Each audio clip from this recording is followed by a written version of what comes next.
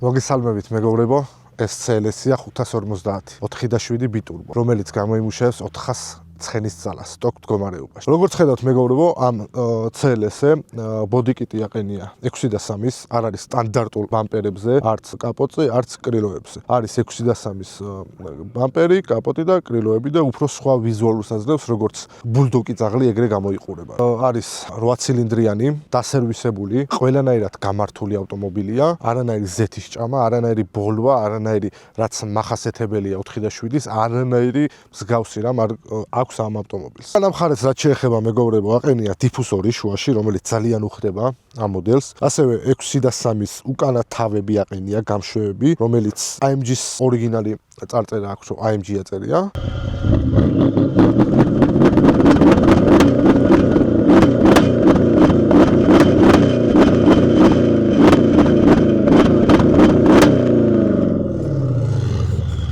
უკანა ვიზუალით განსხვავებული რაც მომწონს ამ ავტომობილში, უკანა სტოპებია, იმიტომ რომ ძალიან ღამე, როდესაც ანთია შუქები, ძალიან ელეგანტურია და მიმზიდველი, როგორც სექსუალური ქალი.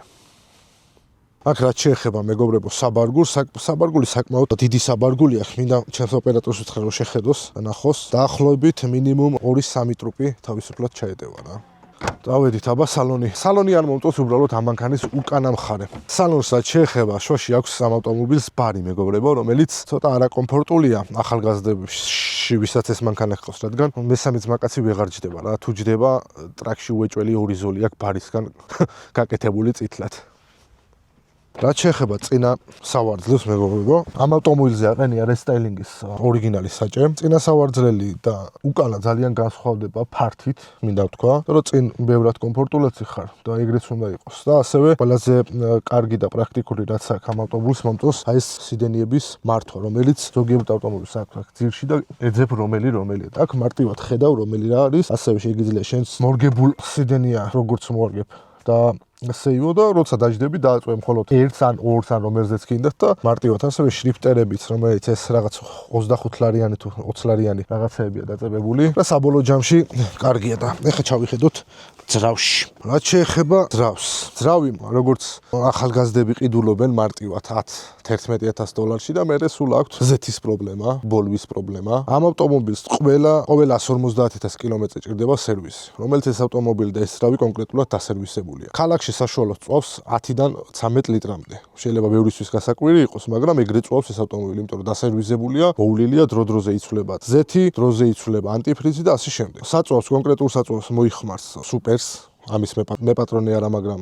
მანქანა მოიხმარს სუპერს. ჩამოვიდა საქართველოში, პირადად მე ვეხელი, როცა გამოვიყვანე, ძალიან მცირე დაზიანებით ჩამოვიდა ეს ავტომობილი და არანაირი ზეთი, არანაირი არაფერი არ ქონდა გასხმული. ერთადერთი შევცვალეთ ქვედა რადიატორი, რომელიც იყო დაზიანებული და სხვა კინაზე ხელი არ ამოდებული ამ მანქანაზე რა. რაც ჩამოვიდა იმის მერე ულის მეპატრონე, ტრასაზე წვავს 8 litrას, 8-9 litrას სიარულს გააჩნია, მაგრამ საქართველოში ჩვენ ზოგადად მინდა ერთ თემა შევეხო, არასწორად ვზომავთ ჩვენ მანქანის წვის სისტემას რა. როდესაც უწერია ავტომობილს 100 კილომეტრზე ქალაქში მაგალითად 12 ლიტრა, ან ქალაქში ტრასაზე საშუალოდ უწერია 12 ლიტრა ან 10 ლიტრა, ჩვენთან ყველა მეორე ავტომობილზე დადის 120-110, რომელიც შესაბამისად წვა უფრო მეტი აქვს ავტომობილს და რაც უწერია საბუთიერად მაგალითად 8 ლიტრა რო უწერია ტრასაზე, შეიძლება დაწვა 9 ლიტრა იმ ავტომობილზე, ჩემი მანქანა ბევრს წვავს. ბევრს კი არ წვავს. უნდა გაზომოთ თქვენი ავტომობილის წვის სისტემა, 100 კმ/სთ-ზე უნდა დააყენოთ სიჩქარე და შემდეგ უნდა გაიაროთ 100 კილომეტრი, რომ მიხვდეთ ნამდვილად რამდენს წვავს. თქვენ 120-ით მიდიხართ ავტომობილზე, 110-ით, 115-ით და იძახით მერე 9-10 litrას წვავს. ეგ არასწორი გაზომაა. ანუ რადგან ავტომობილზე დადიხარ და დასაშვები ამდენია და მასე ზომავთ, ეგ მაგას არ ნიშნავს, რომ თქვენი ავტომობილი ამ ბევრს წვავს, ან ჩემ ავტომობილი მაგალითად ტრასაზე წვავს 6.5-ს, 7-ს. მაგრამ როცა მოძრაობ 120 კმ/სთ-ში, უფრო მეტ წვავს, მაგრამ როცა გავზომე 100-ით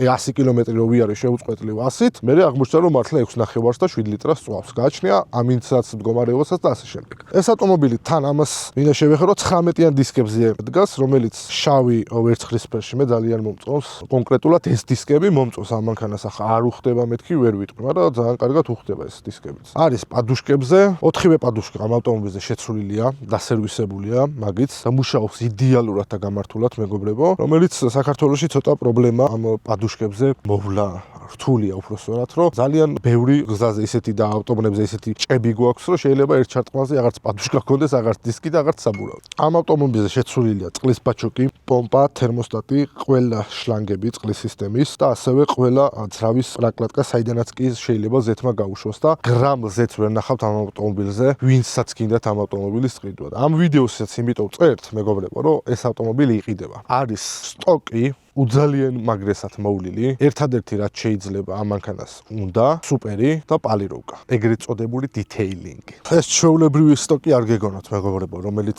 ბევრი ძახის სტოკი იყო, მაგრამ ხან მარჯვენა კუთხიდან, ხან მარცხენა კუთხიდან ზეთი აფსებს, ხან ერთ ჩაჭერაზე ბოლავს და ასე შემდეგ. ქარხნულ კატალიზატორებზეა, დასერვისებულია, ძალიან მაგარ ჯანსია და ბევრ მანქანას სახეს-სახევს, აი რასაც ქვია, სახეს-სახევს და ბევრს გონია რომ დანასტროიკებელია, მაგრამ რეალურად ეს მანქანა არაა დანასტროიკებული.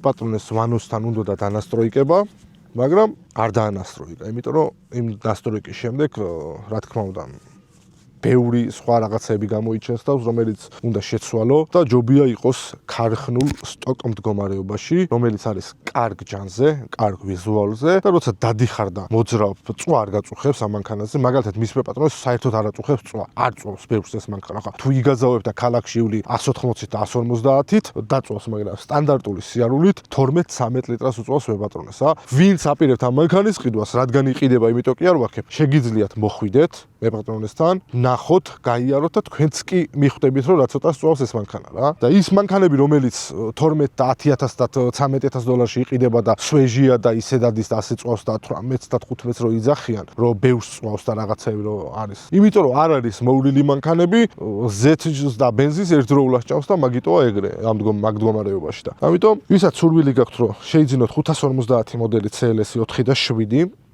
კარგ მდგომარეობაში მოვლილი დასერვისებული, რომელიც მინიმუმ თუ მოვლით სწორად 2 და 3 წელი რო ყავდეთ ეს მანქანა, არ შეგაწუხებთ, არანაირი პრობლემა არ გექნებათ რა. მის ხოვრებაში არ ჩასხმეულა რეგულარი და პრემიუმი, რაც ჩამოვიდა. ახლა ამერიკაში რასაც ხავდნენ არ ვიცი, მაგრამ რაც ჩამოვიდა, პორტიდან პირადად ჩვენ დავხვდით და წამოვიყვანეთ, რაც ჩამოვიდა, იმის მერე სუპერი ასხი ამ მანქანაში. აი, პურზე რო კარაქი არ მოგაყდება, ისი არაკლია ამას სუპერი. მთავარი რაცა მანქანის გარბენი, მეგობრებო, რომელიც წამოვძენდით, განახებთ, როგორც მახსოვს 207,000 კილომეტრი აქვს გარბენი, 206,492 კილომეტრი.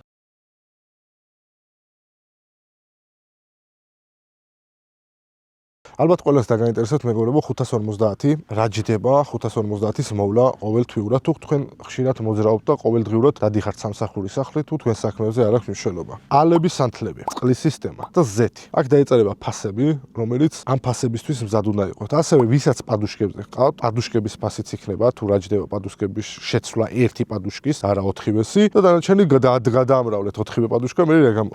ამ მანქანას ყავს სხვათა შორის 19 წლის მფლობელი, რომელიც ჯერ ავარია არ ქონია. იმიტომ რომ დადის ჭკვიანად, უვლის მანქანას, მამიკოს ფული რომ მიცემს მამიკო ფულს, მანქანას უვლის და არა დედას უტყნავს. ვინც ყიდულობთ პატარა ასაკში მანქანას, მეგობრებო, გაითვალისწინოთ უნდა რომ ძალიან რთულია მოვლა ავტომობილის რა. თუ რაღაცა გაფუჭდება და არ შეცვლი და არ მიაქცე ყურადღებას, ის სხვა რაღაცა გამოიწვევს სხვა რაღაცას და უკვე საერთო ჯამში მე ერთიანად ძალიან ბევრ თანხაზე ადის რა. კონკრეტულად ამ მანქანის დასერვისება ჯდება 5,000-დან 8,000 ლარამდე. ელემენტარული, რომ დაიწყოს ბოლვა და ზეთის ჭამა. ამისთვის უნდა იყოთ მზად ყველანაირი ხარჯებისთვის, რომ მოუვაროთ ავტომობილს, სწორად მოუვაროთ. რაც შეეხება ზეთთან ერთად სალონის ფილცაცვლი, ამ ავტომობილის აყენია არ დამავიწყდეს. კაენის ორიგინალი ფილტრები აყენია და 2 ცალი აყენია ამას, რომელიც ზეთთან ერთად კაენის ფილტრები, როგორც იცით, ორიგინალები, თავისი სპეციალური სითხე და სარეცხია, რომელიც შეგიძლია ზეთის მოხსნის ან შეცვლის დროს მოხსნა, გარეცხო,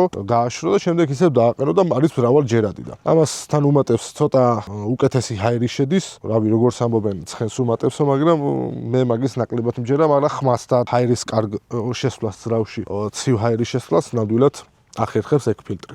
რაც შეეხება სიარულს, მეგობრებო, 18-იანი დისკების ყოლობაზე ძალიან რბილად დადის.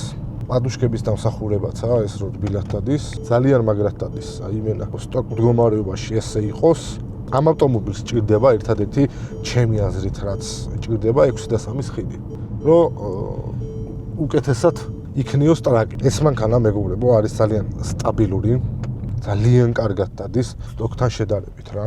რატო ვამახვილებ ძალიან კარგად დადის, იმიტომ რომ ეს იმის დამსახურება, რომ ავტომობილი არის დასერვისებული და მოვლილი და იმიტომ დადის ძალიან მაგრად. რაც შეეხება 0-100 ეხა გვაქვს დრაგიც, მაგრამ ფიზიკურად ვერ გავსინჯავთ, იმიტომ რომ ძალიან ცივა და ისედაც ეხა რომ ვადგან ხოლმე ბუქსაოს და ანუ აზრი არ აქვს და გვაქვს სკრინშოტი 0-100-ის, რომელიც ადრე გვაქვს გადაღებული და ამოვანათებთ სადმე ჩავსვათ მაგ სკრინშოტსაც, რომ ნახოთ 0-100 თუ ამას პლუს ორი კაცი ვიჯექით. ერთი მე ვიჯექი, რომელიც 90 კილო არ მძღოლი და ერთი კიდე ჩვენი მეგობარი, რომელიც ეს 0-100 გავზომეთ. საერთოდ ავი ეხა ჩავადგა მაგერ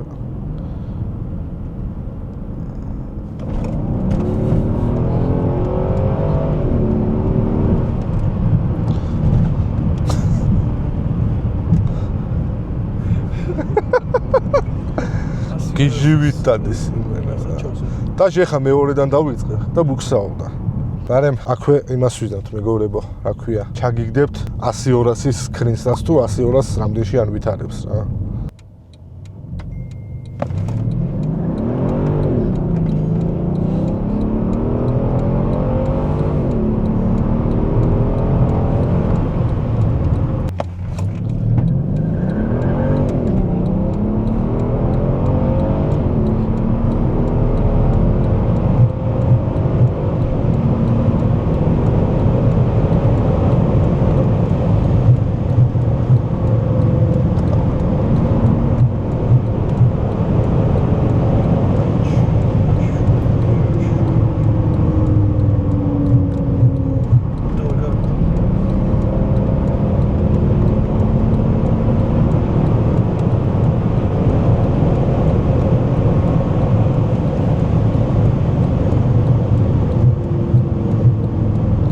ვერ გავსწორდი რომ 200 დავარებინო იმენ.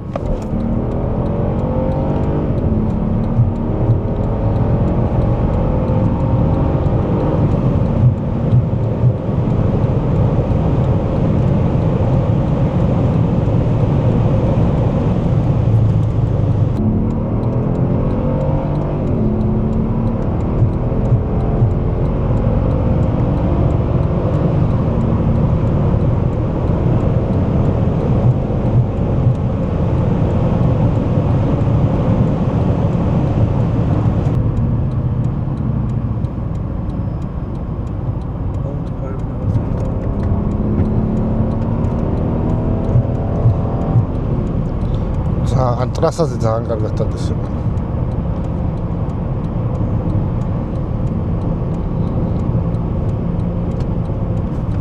ამანქანის ფასაც ბოლოს გეტყვით თუ რამდენში ვყიდით ამ ავტომობილის მეგობრებო. ამ ავტომობილზე დამავიწყდა მეგობრებო იმის თქვა, რომ ამერიკიდან გამოვწერეთ ორიგინალი ხუნდები, აპორნები და ორიგინალი ბრემბოს ხუნდები, აპორნები აყენია და ასევე არის ზე იდეალური, რომელიც მუშაობს თუივლით თავდაღმართში ტორმუზზე ყველა კალოტკა გადახურდება, მაგრამ თუ სტანდარტული კალოტკა ხურდება მაგალითად 10 წუთში, ეს ხურდება 17-18 წუთში რა. ტორმუზი ძალიან მაგარი ტორმუზი აქვს, ABS სისტემა იდეალურად მუშაობს და ეს ყველაფერი რაც ჩამოვთვალეთ. აქ გვერდზე ასევე ჩამოგიწერთ ახლა ხუნდების ფას, აპორნების ფას, ორიგინალი თუ რაждდება თავისი ჩამოტანიანა და გამბაჟებიანა და ყველაფრიანა და თქვენ თუ ასეთ ავტომობილს ჩამოიყვანთ ამერიკიდან ამ ფასად, რა ფასადაც ვყიდით ახლა ამ ავტომობილს რა. ავი ხელები ამიწევია მაშინ ძმაო და ასევე ამ მანქანაზე გაკეთებულია წინ სულ ყველაფერი შეცვლილია პერედოქსში, სავალ ნაწილებში ეგრეთ წოდებულში და აყენია ახლები და იდეალურად არის ყველაფერი, ზე იდეალურად. რაც შეეხება ამ ავტომობილის ფასი, ამ ავტომობილის ფასი არის $16,000 მეგობრებო.